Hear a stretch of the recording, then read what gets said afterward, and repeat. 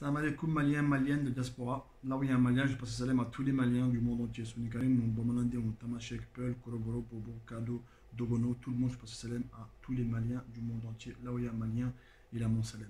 Tout d'abord, je tiens d'abord à remercier aux gens qui ont porté attention au site Face au Canou et qui ont commencé à se répertorier sur le site. Donc aujourd'hui, ça fait une semaine qu'on est ouvert. On a à peu près une trentaine de professionnels maliens qui se sont référenciés sur le site. Donc je tiens à les remercier et c'est comme ça qu'on avance et continuer comme ça. Donc voilà, j'invite aussi les enfants de la France diaspora, ceux qui veulent commencer à faire leur projet, de regarder, de s'inscrire et de trouver les contacts qui sera à leur guise. Donc voilà. Voilà. Mais tout d'abord, je voulais faire cette petite vidéo parce que bon, aller investir au Mali, c'est bien beau, aller développer le pays, c'est bien beau, mais comment préparer cela? Donc pourquoi s'installer au Mali? Pourquoi je m'installe au Mali? Déjà, moi, pourquoi je m'installe au Mali? Parce que déjà, je suis malien, je parle bambara, je parle un peu soninké, je connais un petit peu les langues, voilà. Mais on va dire que moi, on met de côté. Je m'adresse à vous. Pourquoi s'installer au Mali? Parce qu'au Mali, il y a tout à faire. On n'a pas besoin de bac pour pouvoir investir au pays. Moi, aujourd'hui, j'ai un bac -5. Donc, tout ce que j'ai appris, je l'ai acquis sur le terrain. Toutes mes compétences et mon savoir, je l'ai appris sur le terrain. C'est bien beau l'école, mais c'est pas tout le monde qui a cette chance de réussir à l'école. Il y en a, ils apprennent vite, donc il y en a, ils n'arrivent pas à apprendre à l'école. Et c'est comme ça, c'est ainsi va la vie. Voilà, d'autres sont faits pour diriger, d'autres sont faits aussi pour aller en dessous, c'est-à-dire que contrôler le terrain, et des hommes de terrain, et des hommes de main. Donc pas forcément papier, un stylo, on écrit, on envoie, non. Il y en a, ils sont forts sur le terrain. Donc voilà, donc c'est comme ça. Donc aujourd'hui, je viens vous dire pourquoi s'installer au Mali. Tout d'abord parce que on est malien. De deux, parce qu'il y a de quoi faire au Mali. Il y a tout à inventer, il y a tout à créer, il y a tout à refaire. C'est un pays qui repart de zéro. Voilà, parce que ça fait plus de 4 coups d'État depuis 1960 jusqu'à maintenant, bah, quel coup d'État. Donc, mais cela n'empêche pas le pays quand même de se développer. Donc voilà, donc malheureusement, tous les pays à forte ressources bah, sont les pays les moins développés. Mais c'est comme ça, donc mais à nous de contribuer au développement du pays. Parce qu'il y a pas mal de gens qui ne veulent pas l'avancée du pays suite à certaines circonstances, mais nous, on s'en fout de cela. Nous, on regarde par rapport à nous, on regarde par rapport à nos parents, et on regarde par rapport à la population malienne. Donc c'est pour ça qu'on va développer le pays et qu'on va travailler ensemble pour pouvoir développer ce pays. On a besoin, et nous aussi on a besoin. Donc voilà. Donc tout d'abord, préparer son installation au Mali. On va au Mali. Pour ceux qui ont la carte Nina, c'est très bien, pas besoin de visa, mais ceux qui n'ont pas de carte Nina ou pas de nationalité malienne doivent prendre visa au consulat qui se trouve à Bagnolet. Donc je pense que ceux qui ont déjà été savent ou prendre leur visa, et ceux qui ne savent pas, ça se trouve à Bagnolet, à côté, pas loin de la mosquée de Bagnolet. Bah, je crois que c'est le même bâtiment que la mosquée de Bagnolet. Donc voilà, ça c'est la première étape. La deuxième étape, c'est, bon, le visa, je sais que c'est entre 60 mois, à l'époque je l'ai pris, moi quand je le prenais c'était à 29 euros.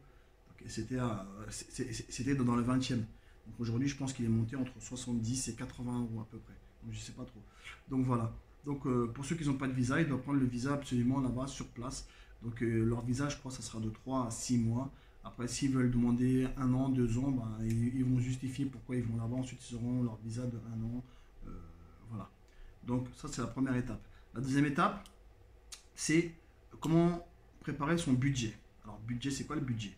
Le budget, je ne peux pas savoir comment les gens, leur train de vie, leur consommation, leur mode de vie, ça on ne peut pas le savoir. Mais maintenant, on part déjà pour une base de positif. Donc on part déjà pour établir quelque chose. Donc moi je pense que le plus serein, c'est de gérer son budget. Donc on part là-bas de base pour quelque chose de positif. Donc on passe pour du positif. On ne dit pas je vais aller pour essayer. On dit non. Je pars pour réussir et je vais réussir. Parce que tu vas réussir, je sais que tu vas réussir. Et nous allons réussir ensemble.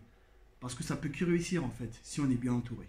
Donc voilà, donc quand on prépare son départ, c'est le budget le plus important. Ne pas mettre son argent n'importe où. Donc on part au Mali, qu'est-ce qu'on fait une fois arrivé au Mali sur place? Donc voilà, donc en ce qui concerne les locations d'appartements. Donc au Mali ça varie, les locations d'appartements, ça peut commencer on va dire à un F3, on peut l'avoir entre 130 à 200 euros un F3 non équipé.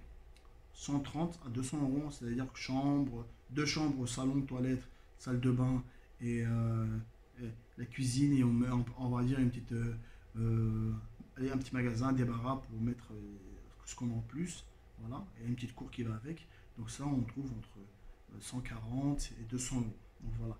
Après, mais par contre, il faut l'équiper. Il faut ramener, il faut acheter, tout acheter sur place. C'est-à-dire que lit, canapé, frigo, ventilo, télé, il faut l'équiper. Donc si on part, moi je pense que si on part pour pas mal de temps, donc il vaut mieux l'équiper nous-mêmes, ça nous revient moins cher. Sinon, on peut également louer les appartements qui sont déjà équipés. Donc cela aussi commence minimum de 300 euros, qui peut aller jusqu'à 800, 900 000 euros le mois. Mais tout cela que je vous parle là, que ce soit entre 130 et 200 euros non équipés, c'est dans les beaux quartiers. C'est genre quartier euh, Kalabankura, Kalabankoro, même dans les coins du golfe, il y a le haut du golfe, on peut trouver La Fiabrou, Misabou, Irimajo, Faladie, on peut trouver tous ces prix-là dans ces coins-là. Après, si on veut au-dessus de cela, 300 jusqu'à 800 euros, équipé, télé, meublé, frigo, clim, et suite. Donc, voilà. Après là, on peut trouver aussi pareil dans le golf, la CI 2000, ainsi de suite. On s'arrange avec le propriétaire en général, on dit voilà, je reste un an, je paye cash, je paye comptant, ou je vous paye tous les mois, mais je reste sûr sur un an, donc on fait un bail sur un an et tout. Donc voilà, à ce moment-là, ils peuvent vous arranger un peu au niveau des prix.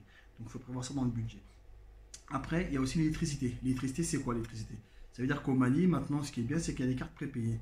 Donc on recharge en fonction de notre consommation. Par exemple, moi, quand je vais au Mali, je mets que 20 euros et ça me suffit pour un mois. Après, moi je suis pas quelqu'un qui utilise la clim, j'aime pas la clim.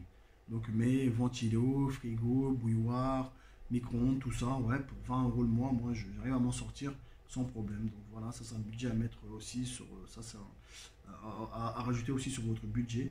Après, pour les gens qui veulent la clim, bah, je pense que c'est un peu plus cher. On peut monter jusqu'à 70-80 euros le mois si on utilise la clim. Voilà. Donc c'est comme ça, et des fois même plus, même si on exagère sur la clim, on l'éteint pas, on le laisse allumer tout le temps parce qu'on veut rentrer à la maison, elle est fraîche, tout ça, donc voilà. Donc il y a ça aussi à tenir en compte. Donc l'autre étape c'est quoi? Lorsqu'on est sur place, c'est qu'on va à l'ambassade de France. Qu'est-ce qu'on fait à l'ambassade de France? On s'enregistre. Pourquoi? Pour laisser une traçabilité. C'est-à-dire que les Maliens savent que vous venez au Mali suite au visa, mais les Français ne savent pas que vous êtes au Mali parce que vous n'êtes pas déclaré à l'ambassade de France. Donc vous allez à l'ambassade de France, vous dites voilà, je viens ici, je viens, vous ramenez vos certificats de résidence qui se prend à la mairie, au commissariat. Je pense que ça coûte entre 750 et 2000 francs CFA, donc un coût de 3-4 euros grand maximum pour ceux qui veulent avoir tout de suite. Donc vous allez avec ça, avec deux photos, je pense, et votre pièce d'identité. Donc à ce moment-là, l'ambassade de France va vous enregistrer comme quoi vous êtes au Mali actuellement pour telle période à telle période. Donc voilà. Et lorsque vous quittez le pays, vous allez les voir, on va vous remettre la feuille. Comme quoi, voilà, telle période, vous étiez au Mali. Même si derrière vous, il y a eu des amendes, il y a eu de l'impayé, il y a eu des courriers non justifiés, ben à ce moment-là, vous avez votre papier de l'ambassade de France qui justifie votre absence, telle période, voilà. Donc tout ça, c'est à prendre en compte et c'est bien parce que tout ce que vous faites actuellement au Mali et cette période-là, bah, c'est validé par l'ambassade de France en fait. Même si on passe son permis de conduire à cette époque-là au Mali, bah, quand on arrive ici, on peut les changer. Voilà. Donc tout ça, c'est à prendre en compte. Voilà. Donc, l'autre étape, c'est quoi? C'est ne jamais convertir l'argent. Par exemple, le franc CFA reste le franc CFA, l'euro reste l'euro. C'est pas, tu dis, je vais acheter, par exemple, un produit qui va me coûter 3000 francs CFA. Je vais prendre ma calculatrice, mon téléphone portable, je vais commencer à convertir. Ah ouais, c'est pas cher, ça fait que 5 euros. Non, si tu rentres là-dedans, tu vas te gourer. Parce qu'à partir du moment où tu pars au Mali pour t'installer, faire des projets, il faut calculer à la malienne. Ça veut dire qu'il ne faut pas calculer à la française comme si tu es un touriste, tu achètes pour amener des cadeaux. Donc tu t'en fous à ce moment-là. Là, on reste là-bas. Donc si on reste là-bas, il faut s'étaler par rapport à la situation du pays, consommer comme le pays. Parce qu'un Malien qui travaille sur place et qui vit sur place, un produit que toi, tu vas dire c'est pas cher, ben lui, ça va être cher pour lui. Parce que lui, on ne touche pas les mêmes sommes d'argent à la fin du mois et on ne vit pas pareil. Donc pour lui, c'est cher. Donc à ce moment-là, vous, il ne faut jamais convertir. C'est un conseil que je donne. Il ne faut pas convertir, il faut juste regarder les prix via franc CFA. Et si on peut négocier, on négocie, mais jamais dire que c'est pas cher, je donne. Si c'est comme ça, tu vas te courir tout de suite. Tu vas finir ton budget, tu vas rentrer en cours en France, tu vas dire j'ai fini mon argent, je sais pas où c'est parti, c'est comme en Thaïlande. Ceux qui ont vécu en Thaïlande, ils connaissent à peu près comment ça se passe. Donc voilà. Donc après l'autre étape, c'est quoi? C'est son argent qu'on ramène avec nous. Ne jamais confier son argent à un proche, famille, ami ou ennemi. On ne donne pas son argent. Ça, c'est à éviter. Les problèmes viennent de là. Tonton Badjougou, tu peux me garder mon argent. Demain, tu as besoin de 100 euros, tu prends. 50 euros, tu prends. Tiens, je dois faire les documents, moi, de mon temps, tu prends. À la fin, tu as besoin de l'argent pour faire le projet, pour finir. Tu demandes, ben non, tu as pris tant, et restant, tu es surpris. Moi, ce que je conseille à tout le monde, c'est d'aller à la banque au Mali. Il y a une quinzaine de banques, il y en a partout des banques au Mali maintenant. On part, c'est facile, 2 photos, certificat de résidence, comme à l'ambassade de France, pièce d'identité, et entre 20 et 25 000 qu'on dépose tout de suite dans le compte pour l'ouverture de compte. Et en ce moment-là, on vous remettra votre carte et vous pouvez commencer à déposer votre argent et faites votre retrait. Et là, c'est entre vous et la banque. La banque ne peut pas vous arnaquer. Donc à ce moment-là, il n'y a pas de problème. Ce que vous prenez, vous avez un papier, un document, vous avez pris tant, vous avez calculé votre budget. Mais avec tonton Bandjougou, c'est pas pareil. C'est qu'il va donner, tu vas écrire, il va écrire, mais bon, des fois, tu n'écris pas. Quand tu vas prendre 20, 10, 15 euros, tu n'écris pas. Mais à la fin, les 15 euros tous les jours, ça va vite. Voilà. Donc après, l'autre budget que je voudrais aussi vous dire, c'est par rapport à la consommation. Donc il faut se fixer un objectif de consommation. Donc ne pas dépasser. Pour moi, c'est pas la peine de le faire par jour. Parce que de temps en temps, par jour, ça nous arrive de faire des extraits. Donc il faut faire sa consommation en semaine. Calculer ce qu'on peut dépenser, on va dépenser en semaine. Comme ça, le budget, on va pouvoir le contrôler à ce moment-là. Voilà. Donc, l'autre étape, c'est quoi? C'est ces projets. Donc c'est pour ça que le site Face au Canot a été mis en place pour vous mettre en relation avec les professionnels maliens qui sont sur place. Donc cela se fait avec sous contrat en bonne et due forme, le projet que vous allez faire, que vous allez aboutir. Donc vous allez discuter avec eux, plan de travail, maquette et tout, si c'est pour des constructions, si c'est pour l'agriculture, si c'est pour faire des chantiers, des usines ou autres. Il y a des gens pour ça, vous discutez et tout. Il y a aussi d'ailleurs des cabinets comme Néné Keita, ça s'appelle ILMA, donc ILMA aussi peut vous informer, peut vous aider aussi à suivre votre parcours au Mali au cas où vous avez besoin de quelqu'un de France pour aussi vous épauler. Ils sont là-bas sur place, ils sont très bien référencés aussi, donc ils s'occuperont de vous. Voilà. Donc tout cela est là. Donc une fois qu'on part au Mali, il faut prévoir tout ça. Par contre, le point aussi qui est un petit peu cher au Mali, c'est au niveau de la location des véhicules. Parce que les véhicules au Mali en location, c'est un petit peu cher quand même, je ne vais pas vous mentir. Parce que voilà, c'est des pays où on n'a pas de port, donc du coup, forcément, les prestations comme ça, et voilà, quoi, ça vaut quelque chose. Mais après, on peut se démerder toujours avec quelqu'un qui loue son propre véhicule personnel. Voilà, je te loue le mois à 150 euros, 200 euros, tu t'arranges avec la personne, tu donnes un billet. Mais si vous êtes dans une société de location, sincèrement, ils vont vous prendre cher. Ils vont vous prendre franchement cher. Donc, autant trouver des solutions avec des gens que vous connaissez plus ou moins. Et si vous ne connaissez pas, allez prendre un petit pouipoui qui n'a pas de clim, qui peut vous dépanner pour 200 euros le mois. Donc voilà, donc c'était pour ce petit message à faire passer à tout le monde. Donc le départ, il se prépare.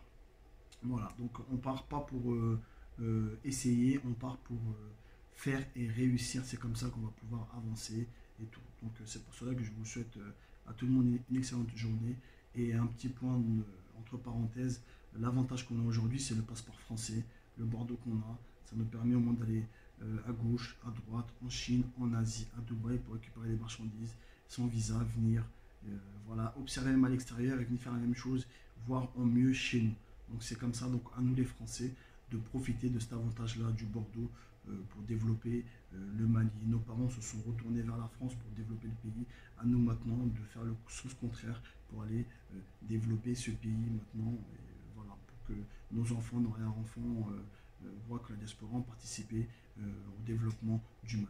Donc voilà, c'est pour faire passer ce petit message. Salam à tout le monde et à la prochaine.